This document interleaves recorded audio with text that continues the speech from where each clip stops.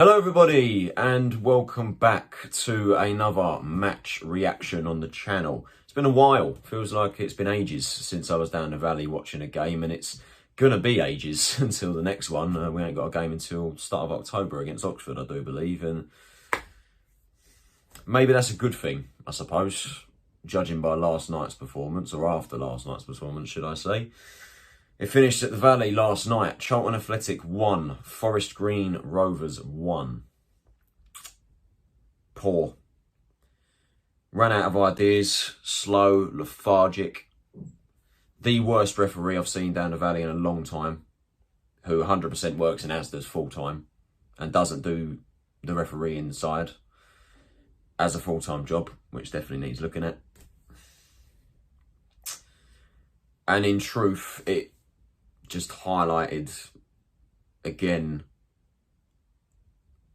how underprepared we are going into this season. And I suppose the only positive we can take from last night is the fact that we're still unbeaten and home at all competitions, but that is the only positive from last night. Let's begin with the starting 11.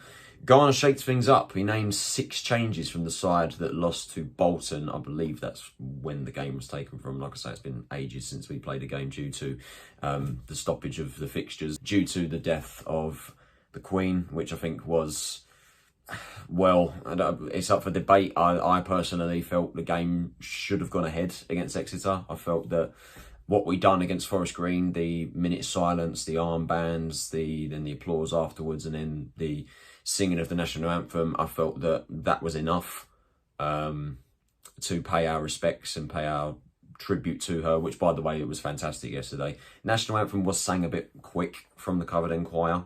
We were out of sync, which was a shame, but the minute silence was upheld very well. But yeah, I felt that we could have done that very easily, to be honest, against Exeter. We made 6 changes to the side, so Garner shook it up. Obviously, Joe Wollacott retaining his spot in between the posts. Back 4 of Sean Clare, Ryan Inniss, Eoghan O'Connell, and a first league start for Richard Chin. Midfield 3, Jules Dobson, Conor McGrandles, and Jack Payne. And the front 3 was Jesurun Rak-Sakyi, Corey Blackett-Taylor, and Miles Leaburn getting his first start in the league up front. Now, I'll be honest, going into the game, I had a lot to like about the starting 11. I really did like it. I like the fact that Garner shook it up. Obviously, the system, the formation was the same, 4-3-3. But the personnel, it was nice to see different people get involved into the side. Obviously, Miles Leaburn starting over Jayden Stockley. I think so far this season, Leaburn has been better than him, and I think he was knocking on the door to start games, and I felt that this was a really good opportunity for him. Blackett-Taylor coming in, replacing Kirk. Kirk, by the way, wasn't even in the matchday 18. Didn't even make the bench, which I felt was quite surprising. I would have had him over Diallang Jaiyesimi personally, but anyway, with Blackett-Taylor coming back into the fold, I really looked like that, and the fact that Forest Green have quite a leaky defence, I felt that his pace alongside Rak-Sakyi's on the right was going to terrorise them, and they sure as hell did, but we'll get into that a bit later. And Jack Payne was the same, you know, a little whippet. He came in to replace Scott Fraser for understandable reasons. Of course, Fraser welcomed a baby girl to the world. His partner gave birth on Monday, I believe. I'm recording this on a Wednesday, so congratulations to the Fraser family. So yeah, understandably, Scott was out of action for this game.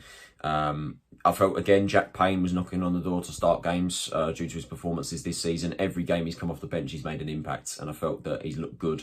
So I was looking forward to seeing what he could do in his first start. Conor McGrandles getting a start as well, recently recovered from an injury.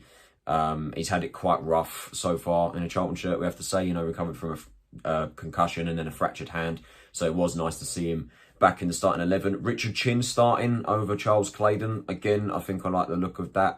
It does highlight the lack of depth that we have in the left-back position, or the quality of depth, shall we say, because, you know, other than Stephen Sessegnon, we've got 2 youth academy players, and again, I'm bringing up the Clayden isn't a left-back, but one of them isn't a left-back. The thing with Chin is that he is a natural full-back, though, so I would much rather have him instead of Clayden in that position, personally, because I think we can get the best out of Clayden in his natural position, which is forward and, you know, attacking. So I like the fact that we gave Chin a go, and again, it was a massive opportunity for him. And then Ryan Inniss, again, obviously recently recovering from an injury. This is him obviously coming back into the fold over Sam Lavelle following that injury, and I think of the 4 centre-backs that we now have, I think Lavelle would be the first choice for me in terms of the centre-back pairing. However, I have heard that he had a poor game against Bolton. Didn't watch the game, so I'm not going to comment on that game. But from what I've seen, Lavelle had a bad game. So I didn't have anything really against Inniss coming into the starting 11. And obviously, Terrell Thomas was not involved in the squad at all, which I didn't find surprising whatsoever, because he's probably not going to be starting games or be ready to be starting games until at least October. In the first half, I felt we looked good, but I think the reason that we looked good is because Forest Green were, to be honest, poor. I don't think they really offered us anything inside the first half, and they made us look quite good. But there were some decent passages of play, in particular on the left-hand side. I felt Richard Chin, Jack Payne and Corey Blackett-Taylor linked up brilliantly on the left-hand side really well throughout the first half. You know, they were passing the ball really nicely, getting it out the left, putting balls in the box, having shots. You know, I felt that side looked really, really good. Forest Green, they threatened us a little bit, to be fair, inside the first opening minutes before we took the lead. Ryan Inniss was getting skinned a couple of times. McGrandles was having his pocket picked far too many times. He gave the ball away on too many occasions. And Forest Green were getting forward quite nicely, skinning Inniss, you know, putting balls into the box, but didn't really threaten us. And it was Charlton that took the lead through Corey Blackett-Taylor, obviously coming back into the side, and a really, really well-worked goal as well. Dobson finds Payne. Payne shapes across, calmly plays it to Blackett-Taylor, completely open on the left-hand side, sorry. And he just cuts past the defender with such composure and just drills it into the top corner. A really nice goal, really well-worked goal for Blackett-Taylor's second of the season. And I felt from that point on we were going to attack them, and we did. You know, we did get forward, like I say, nicely. The left-hand side linked up really, really well. Rak-Sakyi was a danger. You know, he was just taking players on, just skinning past them with such confidence. You know, the guy is, you can see that he is a talent. But I will say, with Jez and also with Jack Payne, inside the first half, they did way too much. You know, they were just taking players on. You know, they'd get past one, then they'd get past a second, and then a third, think about a fourth, and they go, hey, I'm going to run for the whole team to score. And they do too much and they give it away. You know, they've done that a couple of times within the half. But I felt that we definitely had the threatening opportunities inside the first half. Rak-Sakyi come very close, forced McGee into a good save. Cross come in from Blackett-Taylor, I want to say. I don't know. But a cross come in on the left-hand side. And Rak-Sakyi met the header really well. And McGee got down, to be fair, really well to him to make the save. Blackett-Taylor was probably our main source for shots, not just in the first half, but throughout the game. And to be honest, got a little bit greedy. You know, he would cut inside really well on the right-hand side, but would just shank shots all over the place. You know, he shanked one into the Jimmy Seed stand. He shanked one so far right, it nearly went out for a throw. He hit the side netting in the first half, hit the side netting again in the second half. I think somebody made me laugh on Twitter saying if CBT was shooting, JFK would still be alive. Did like that from Blackett-Taylor, for the fact that he was getting forward and having shots, because to be honest with you, he was the only player on the pitch that actually wanted to get forward and have a shot. Unfortunately, we didn't really take our chances, you know, and Forest Green obviously got the equaliser before half-time with none other than Conor Wickham. It was going to be no one else other than the ex-Palace player, wasn't it? Puts the ball into the box. Joe Wollacott goes to claim it, tries to punch it out. He ends up slapping the ball, and it falls straight to Conor Wickham, who's there to smash it into an open net for 1-1. And yeah, it is Wollacott's fault. It is his fault. It's his mistake, and we have to say that. You know, it's difficult from a keeper perspective, you know, because you're doing what you think is right, you know, because there is, initially I thought there was no Forest Green player around him. After watching the highlights yesterday, there is a Forest Green player in front of him, so natural instinct, of course, is to punch it away, but you've got to do better than that. But Conor Wickham's chance was their first shot of the game, was their first shot on target, sorry, should I say. But yeah, it was just like, it just kind of felt that they were there for the taking, you know, and we just didn't really take our chances. And then in terms of the second half, I mean,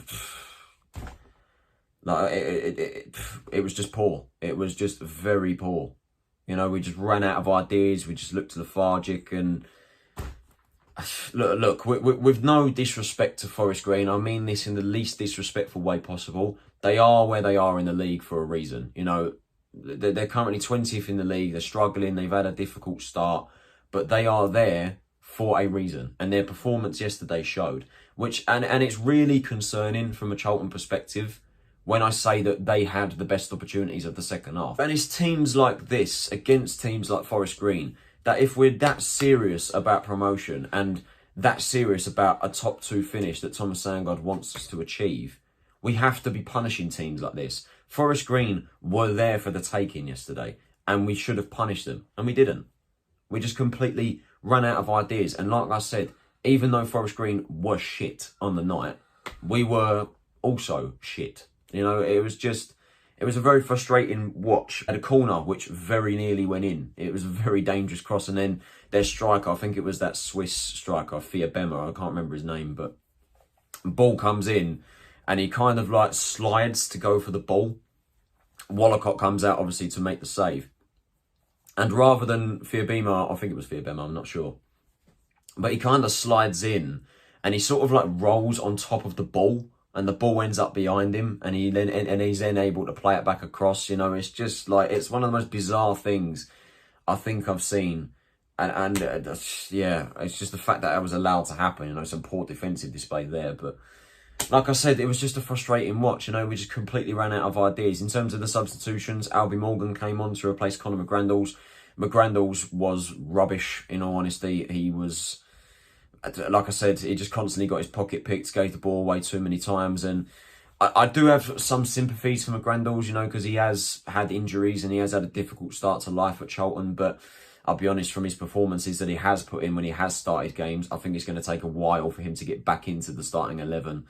So he's just got to come off the bench and hopefully make an impact in games. But to be honest with you, we probably should have just kept him on with the performance Morgan put in, because he was more of the same. Gave the ball away too many times, couldn't cross a ball to save his life. Richard Chin come off, he was replaced by Charles Clayden. Miles Leaburn came off and was replaced by Jayden Stockley. And then Blackett-Taylor was replaced by Diallang Jaiyesimi. Chin, I felt, had a decent game. I felt he was okay. You could kind of see his inexperience in some occasions. But like I said, in the first half, I think he linked up really well with Payne and Blackett-Taylor. He weren't afraid to get stuck in, which I liked. And I think overall, he put in a good display. Leaburn was ineffective. To be honest, I don't even recall him touching the ball throughout the game, which presents a problem, again, for the striker department, which we'll get into after in my end analysis, shall we say.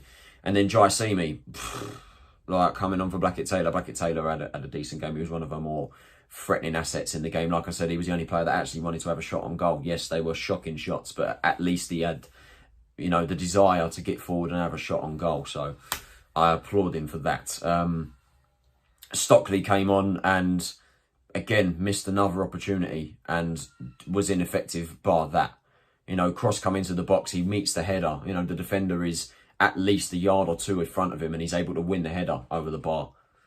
You know, and Jaiyesimi, I don't know what's wrong with this guy, seriously. I don't know why. It sounds horrible. I don't know why he's still at the club, to be honest, because the guy just looks shot of confidence.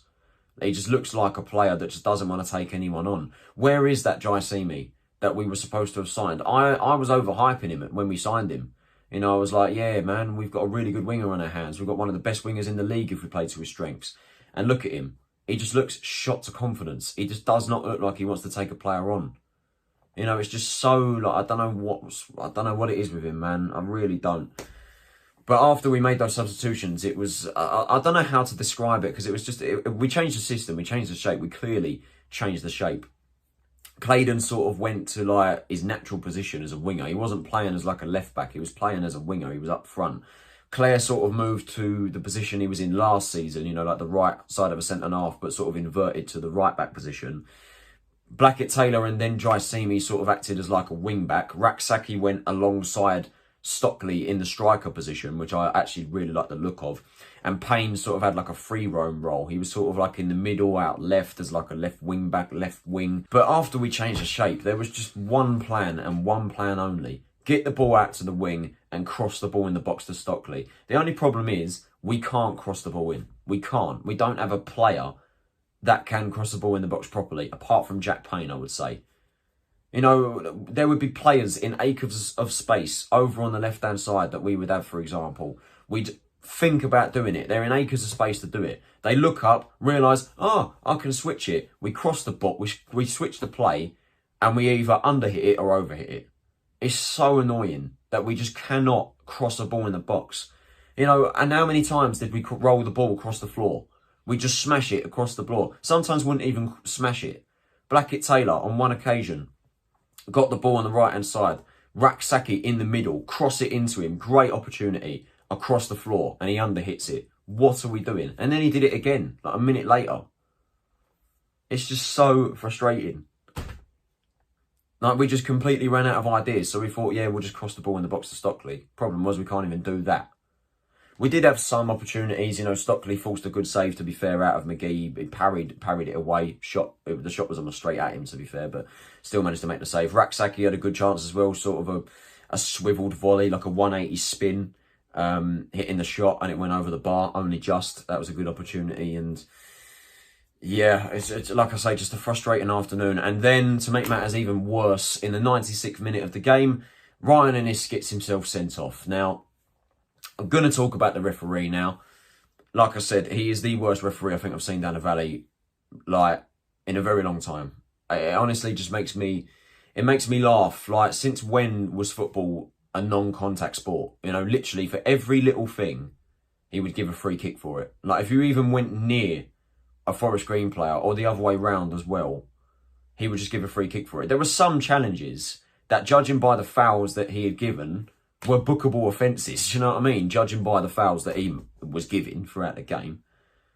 But anyway, Ryan Inniss gets himself sent off. Now, initially, when he was sent off, I thought it was a disgraceful decision from the referee. I thought it was absolutely disgraceful, because I was sat there thinking, what else do you expect Inniss to do? It's the 96th minute, a ball's come into the box at the back post, and he's gone for a header. What do you want him to do?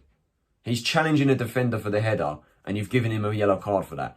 At first, I thought that wasn't even a foul, let alone a second yellow card, let alone a sending off. But after watching the video, the clip that has emerged from after the game, he does go in for the header. He does go for a header. You can see that. Like I say, what else do you expect him to do? It's the last kick of the game. But if you watch the video, he misses the ball completely, and he just clatters into the defender. He does headbutt him. He headbutts the back of him. It is dangerous, especially for someone that is already on a yellow card. Full time, Charlton Athletic 1, Forest Green Rovers 1. A very frustrating afternoon, or very frustrating evening, should I say. Just, like I said, it's just poor, just slow. We just look lethargic. We look knackered come the end. You know, first half, we looked good because they were shit, and they were there for the taking. You know, they had all 11 players in their half for like the last 15 or so minutes of the game. They didn't want it. They were happy to play for a point. You know, they just fucking, like, we'd have an opportunity and then their keeper would hit the deck, or one of their defenders would hit the deck. They didn't want it. They did not want it. They were there for the taking, and we just ran out of ideas. You know, it's just, like I say, there were some good passages of play. I felt Blackett-Taylor had a good game. Rak-Sakyi had a decent game, although, you know, he was doing too much of it. The same with Jack Payne, but I think overall, again, Payne had a good performance. McGrandles was shit. Dobson was the usual Dobson. I'd give him man of the match, to be honest. Another contender for that, though, I would say, is Eoghan O'Connell. I felt he had a really good game last night. I think he put in a solid display. Chin was all right. Clare was okay. Inniss was, to be fair, I felt he put in some decent challenges, and he was an aerial threat, but he did get skinned a couple of times, and ultimately the sending off will knock him down a few points. Wollacott was untested, to be honest. I don't recall a save he had to make in the game, but he was at fault for the goal. The fact that Leaburn was ineffective as well shows that there is a problem. There is a serious problem. You know, I've said it in previous videos.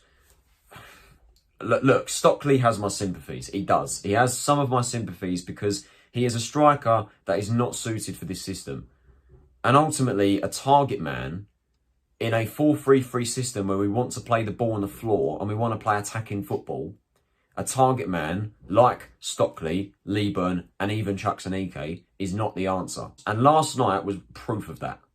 The fact that Leaburn was ineffective from starting a game, same thing as Stockley, that what we've seen all season, it's a problem. And it refers back to the transfer window. I go back to it. The fact that we didn't sign a striker that can run in behind, that can use their pace and score goals. We had one, Connor Washington. Bagged 11 goals last season. We released him and didn't replace him. Stockley should be on 6 or 7 goals at this rate with the chances that he's missed. He's not scored from open play in 8 games. The only goal he scored is from the penalty spot. Leaburn has looked a lot better than him, and I think deservedly so got a start. But the fact that he was ineffective and barely got a touch of the ball throughout the game shows that there is a massive problem. I don't want to be all negative, you know, I don't want to jump on the negative bandwagon. You know, I mean, I've been fairly negative this game. To be honest with you, I've been fairly negative recently. I've seen people saying, oh, the season's over, we're not going to get playoffs, Sandguard out. We're 8 games into the season, lads. There's 36 games to go. There's 108 points up for grabs. The season's far from over. Come on. Like, I know it's not looking great at the moment, and the performances we're putting in. Are the performances we're putting in worthy of being in the playoffs? Absolutely not. I put us outside the top 6 for a reason, because I didn't think this squad could do it. I still don't think this squad can do it. But I will be optimistic. We're 8 games into the season. The season is not over. It is far from over. And in terms of Sandguard out, I think I've said my piece. I am 100% not Sandguard out. I don't think he should sell the club. That's just my opinion. You can disagree with me all you want. You can say that I'm 100% pro Sandguard. I can assure you that I'm not. Because I can see that he has made mistakes, and I've pointed out multiple times. You can see Garner is frustrated. He hides it well, and he talks very well, but you can see that he is frustrated. The fact that we haven't got the full picture, you know, and now we're left, you know, signing Terrell Thomas off the free agent market. You know, it's not good enough, quite frankly. It is not good enough. You know, and we've not come away with the striker. You know, people are saying, oh, why have we not signed the striker off the free agent market? Realistically, what striker on that free agent market, I said it in the previous video, what striker in the free agent market can we realistically sign that can come into the team that is fit and can hit the ground running and score goals? There isn't one. And whose fault is that? We should never have had to look into the free agent market in the first place. There are issues with this team, and they need resolving. And the sad thing is they will not be resolved until January. And I have concerns that they won't even be resolved in January. That is it. So that's it for this match reaction, guys. I hope you guys did enjoy it. If you did, can you possibly leave a like, subscribe if you are new to the channel, turn on those post notifications so you are notified of every time I upload a new video. What do you guys think? What do you think of the game? Let me know in the comments below. This has been Tyler Roninson. Have a nice day, and I will see you all in the next video. Take it easy, stay safe, and I'll see you all then.